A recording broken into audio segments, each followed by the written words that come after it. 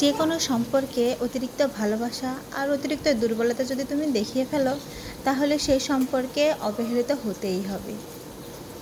আসসালামু আলাইকুম everyone, welcome back to my channel. আশা করছি আপনারা সকলে অনেক বেশি ভালো আছেন।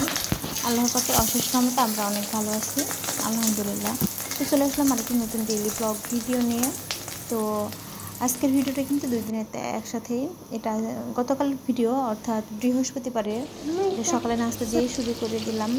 তারপরে কিন্তু দুপুরে রান্নাটাও বসিয়ে দিয়েছে আর কি। হঠাৎ দেখছি গ্যাস চলে গেছে, তখন কিন্তু আমি ইলেকট্রিক চুলায় রান্নাটা করে নিচ্ছি। তো আজকে গরুর বট রান্না করব। তো ইলেকট্রিক চুলা রান্না করতে আমার খুব বেশি ভালো লাগে না। আমার কাছে মনে হয় যেন খুব একটু দেরি হয় আর কি। জানি না সবার কাছে এটা মনে হয় কি না। তারপরে দেখছি একটু গ্যাসও চলে আসছে আর কি। তো স্পিড খুবই কম। তো এদিকে আমি কিন্তু ইলেকট্রিক চুলায় রান্না করবো বলে প্রেশারে বসিয়ে দিয়েছি। আর প্রেশারে করে রান্না করলে কী হয়, একটু দ্রুত হয়ে যায়। সেই জন্য, যেহেতু আমার 2টা বেবি, ওদের নিয়ে কিন্তু আমি অত বেশি সময় দিতে পারি না। তার জন্য কিন্তু আমি ভিডিওগুলো নিয়মিত আপলোড দিতে পারছি না। কিছুই করার নাই, কারণ ওরা অনেক ছোটো। বড়টা 3 বছর আর ছোটোটা মাত্র 6 মাস। তো এটা নিয়েই তো আমি সারাদিন অনেক ব্যস্ত থাকি। আমার নিজেরই তো ক্লান্ত থাকে, অনেক ভালো লাগে না কোনো কিছু, তারপরেও করতে হবে। তারপরে বলতে পারি আলহামদুলিল্লাহ ভালো আছি, ওদের নিয়ে অনেক আনন্দও করি, আবার প্যারাও আছে। কিছু করার নাই, আল্লাহ পাক দিয়েছেন। আল্লাহ সব থেকে শ্রেষ্ঠ নিয়ামত হলো কিন্তু সন্তান। তো আলহামদুলিল্লাহ আল্লাহ পাক আমাকে 2টা সন্তান দিয়েছেন। তো এদিকে কিন্তু দুপুরে রান্নাটা করে নিলাম। যে কোনো সম্পর্কে অতিরিক্ত ভালোবাসা আর অতিরিক্ত দুর্বলতা যদি তুমি দেখিয়ে ফেলো, তাহলে সেই সম্পর্কে অবহেলিত হতেই হবে। সে কিন্তু আপনাকে অবহেলা করবে। তাই যে আপনার মূল্য দেবে না, তার থেকে দূরে থাকাটাই বেস্ট। তো এদিকে কিন্তু আমি একটু জলপাইয়ের আচার করে নিচ্ছি। এটা কিন্তু শুধুমাত্র টক রান্নার জন্য ছিল। একটা ভাবি, আমার পার্টিকুলার ভাবি আমাকে দিয়েছিল, যাতে আমি ডালের ভিতরে দিয়ে মুসুর ডালের টক রান্না করে খেতে পারি।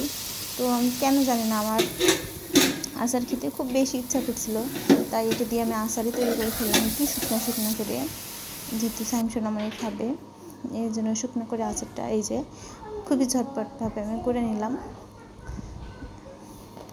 তো এটা হলো গতকালের ভিডিও। তো আজকের ভিডিও, অর্থাৎ শুক্রবারের ভিডিওটা কিন্তু একটু অন্যরকম।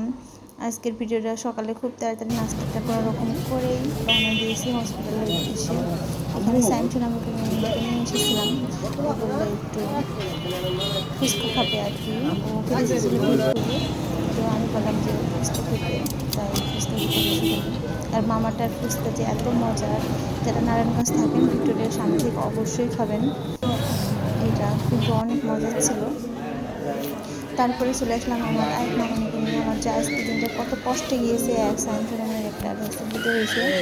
ওই বিড়ালে একটু আঁচড় দিয়েছে আর কি, সামান্য একটু আঁচড়ের জন্য কিন্তু একটু ভ্যাকসিন দিতে হলো। বললো যে 3টা ভ্যাকসিন দিতে হবে।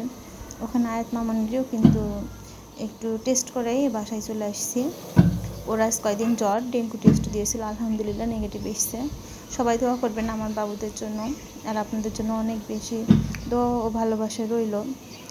জয়েন্ট ফ্যামিলিতে থাকা অনেক ভালো, আবার অনেক খারাপও। আমরা তো থাকতে পারলাম না। আপনারা অনেক বেশি ভালো থাকবেন।